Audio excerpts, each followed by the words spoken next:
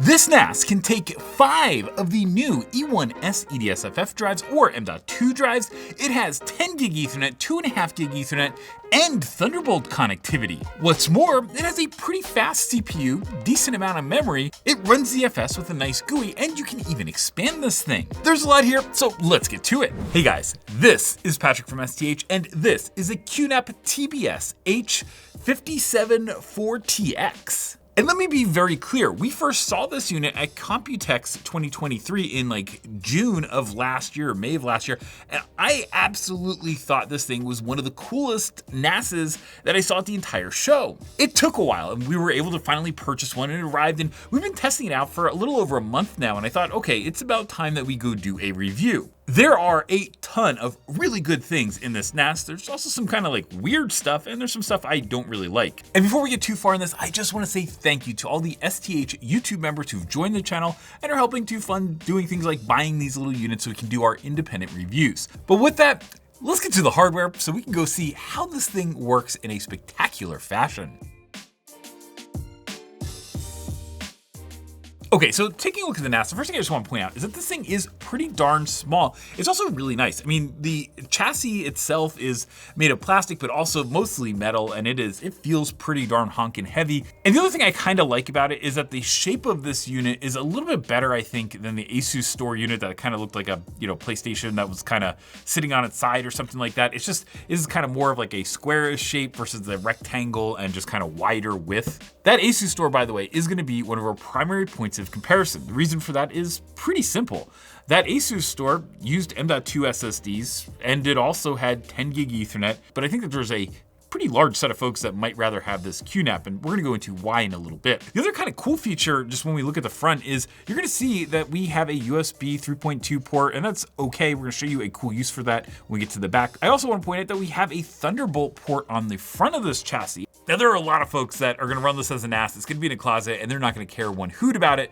But I do think that this is a product that you could see someone that is running video editing or something like that, and just kind of needs a NAS type environment. I think that they could use something like this, and if they did, well, that could be a useful feature. Now, of course, we also have our power LEDs, and we have like our power button, a copy button. But I think one of the cooler features of this is this little front bezel, because this front bezel has a little lock on the side. You pop the lock down like this, and then the little bezel pops off. Now behind that, you're gonna see our 5 drive bays. This system has a total of 5 E1.S SSD drive bays, but there's another little feature that's kind of cool. So we'll start over here, and we'll just kind of show you. This is a Kioxia XD6 NVMe SSD, and this is E1S. This is a way faster drive than the system can handle.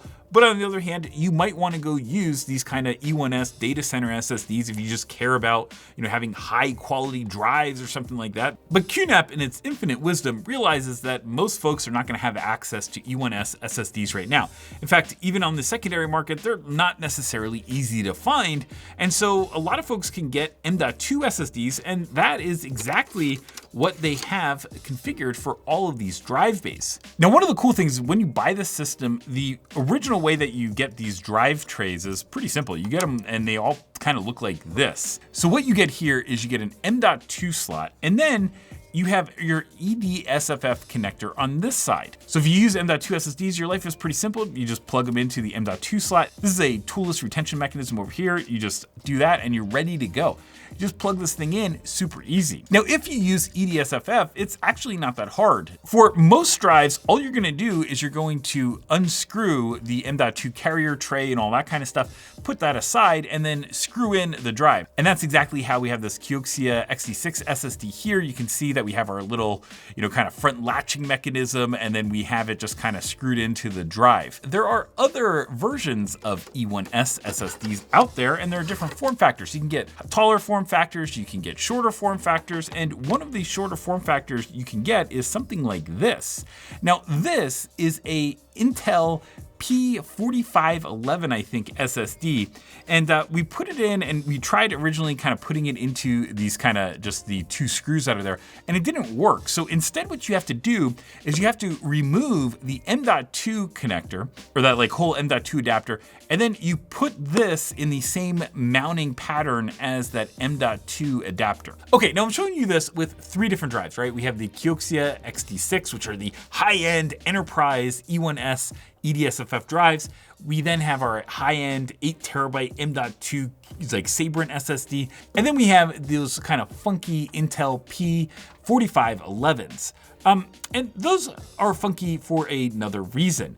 Now, just kind of showing you this, when they're up and running, the Kioxia SSDs and the M.2 SSD have the drive indicator in one position, and then the Intel drives have a drive indicator on the other. Guys, I don't know what the heck is going on here. Usually Intel SSDs were always really good at following standards, but the fact that we see our 2 other types of drives, and we actually tried another drive or 2, and they did the same thing as the Kioxia and the Sabrent M.2 drive, I just don't understand why the heck we got drives with funky indicators. It feels like EDSFF, they were really close to coming with a really good specification, but there are things like those drive latches, and like, why the heck are the signals for the like activity lights in the wrong place on this one? I don't know, guys, but I just kind of wish that they did a little bit better job. Just something that if you are using a mixed set of drives, you should watch out for.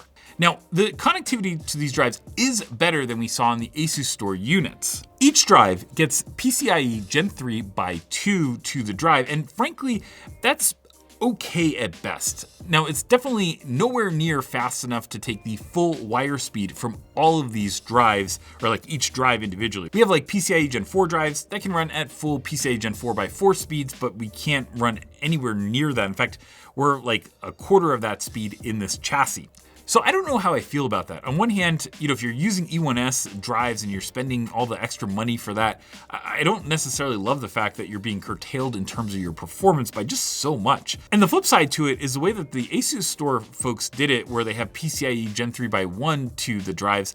The advantage there is that you just get more capacity. So for spending more money on a nice QNAP system like this, where you get a better processor and all that kind of stuff, you still end up with a solution where you only have 5 drives. Okay, now let's get to the back of the system, because there's a lot more going on back here. So a couple things that you're gonna notice. First, we have both a 10 gig port as well as a 2.5 gig port. You also will see another Thunderbolt port. Now, one thing you don't get with this NAS is a Thunderbolt cable, so you're gonna have to go buy one of these if you wanna use one of the big headline features of this NAS. On the side, you also get 2 more USB Type A ports. Now on the back, we also have our power input and an HDMI port. This does use an external power brick, which is kind of a bummer, but it's a little FSP 120 watt unit. And for folks who care, it's a 19 volt power adapter, which is pretty common in the industry, although I know a lot of folks just like 12 volt for a number of reasons instead. Overall, one thing is for sure, this has much better connectivity than the ASUS Store NAS for all of the ports, like the Thunderbolt ports. Also, just having 10 gig and 2.5 gig. I mean, there's a lot going on here, guys. On the other hand, and something that's kind of a bummer, is that this only has 5 drive bays, and so you can't put 6 or 12 drives in it, which limits the capacity. And also on the limiting side, you have to pick the processor and memory configuration at the time of order. Inside of the system, there's a Core i3, I think it's a 1320PE. And that is an 8-core processor, but it has 4 P cores, 4 E cores, and so you get a total of 12 threads. And the other feature that you get is you get 12 gigabytes of memory. Now, this memory is not upgradable, so you kind of get what you get in it.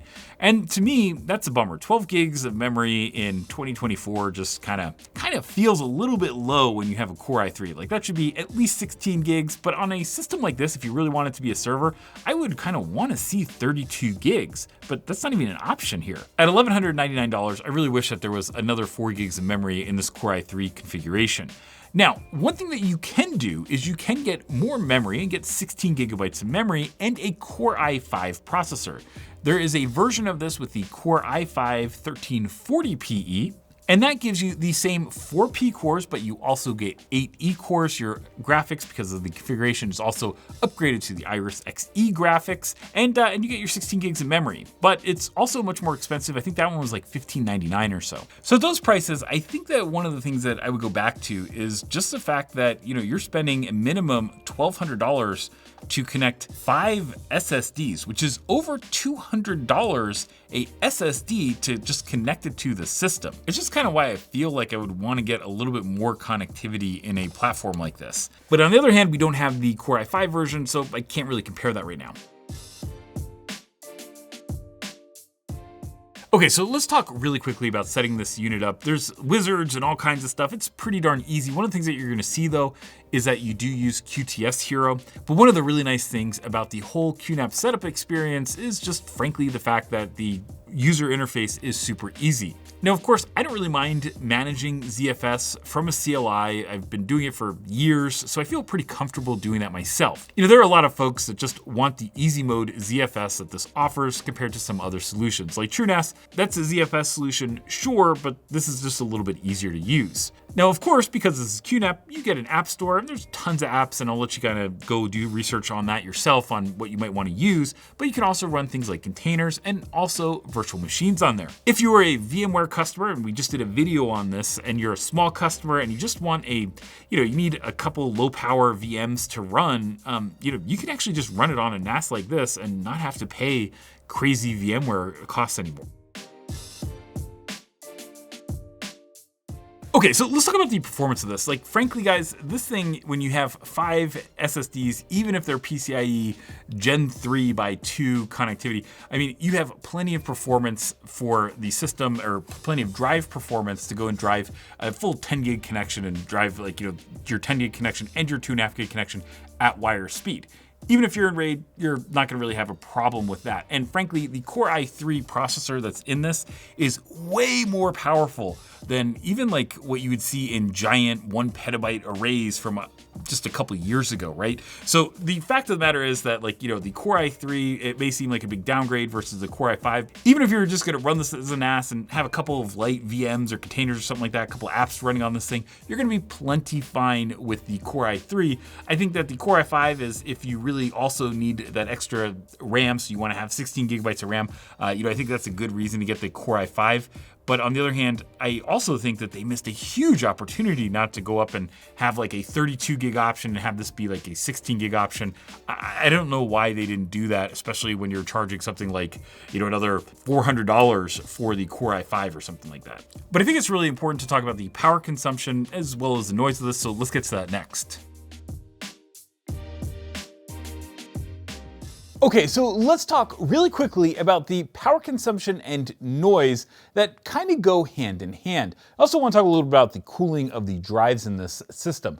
So I have this hooked up and I'm using the HDMI output on the NAS to go and display on the screen behind me. And with 5 E1.S drives installed, we're getting somewhere in that 33 to about 38 watt range at idle. Now, the idle power consumption does jump around quite a bit, and we can see when certain processes kick up, that power consumption go well into the 50 watt range. Now, the other thing though is that this is an idle NAS, it's not necessarily under load, but depending on the kinds of drives that you have, that could be a couple watts extra, maybe 10 or so, or it could be a little bit more than that. Now, something I want to point out though is that the noise, when we look at the noise meter, we're getting somewhere in that 38 to maybe 41 dBA range, depending on exactly what's going on in the system. Now, the challenge is, it is not silent, and I'm maybe a meter or so away from the unit right now. The back's a little further from me, and I can definitely hear this thing as I'm speaking. I don't know if you guys are going to be able to hear it on the audio.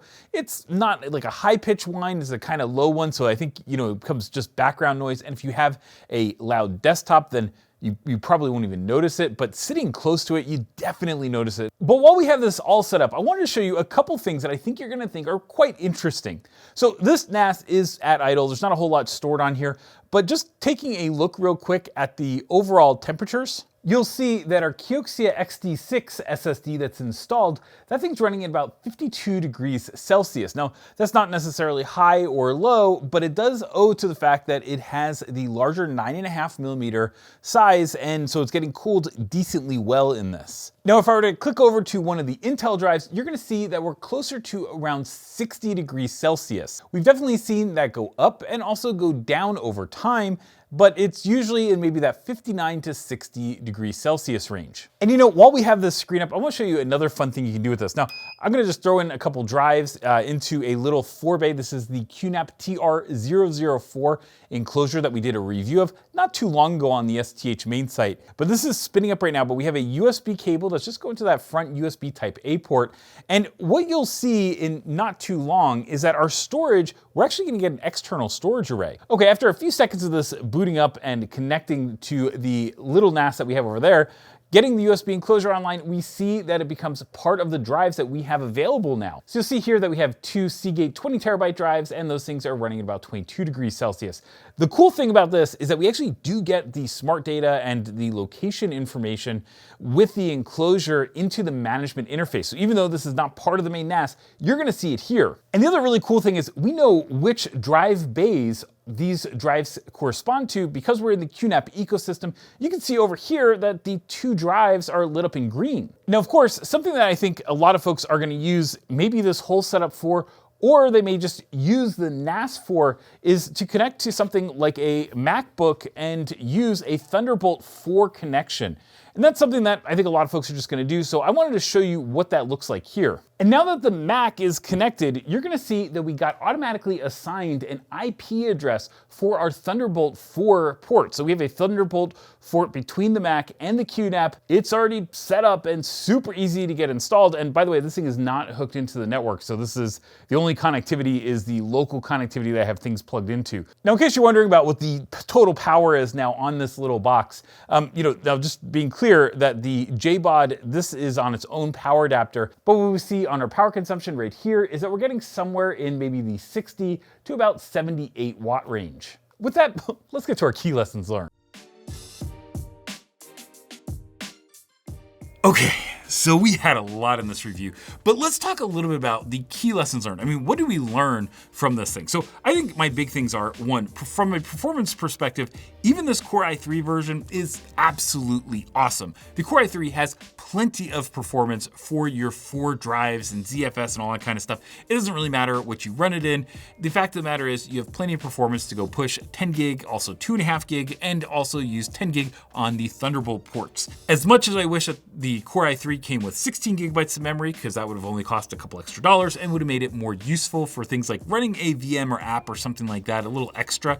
I do think it's a nice processor, and overall it's pretty darn good. I understand why you need to have airflow over E1.S and M.2 SSDs, but I don't necessarily like the fact that you can hear these fans. They should be silent or near silent, especially on the Core i3 version, because that's kind of our lower end version. I can't even imagine what the Core i5 version would be like. And that wouldn't really bother me as much if this was designed to be like a NAS that would be sitting in a closet or something like that. Instead, this is a NAS with Thunderbolt connectivity. It's advertised with Thunderbolt connectivity, and really the idea is that if you have a Mac or something like that, you can go plug this thing in, and lo and behold, you now have a pretty fast NAS with direct Thunderbolt connectivity, which gives you another 10 gig link without going over the network. So as much as I like the overall function of this, what I don't like is the fact that it only has 5 drive bays. Let's say that you use 4 terabyte drives in these. Now you're only going to have 20 terabytes total, and 20 terabytes is as much as a single hard drive these days. So it might be faster, but it's not necessarily a ton of capacity, and a lot of people want capacity in their NAS. And if you use 8 terabyte drives, number one, the M.2 drives are super expensive. The EDSFF drives you can buy, they're also kind of costly.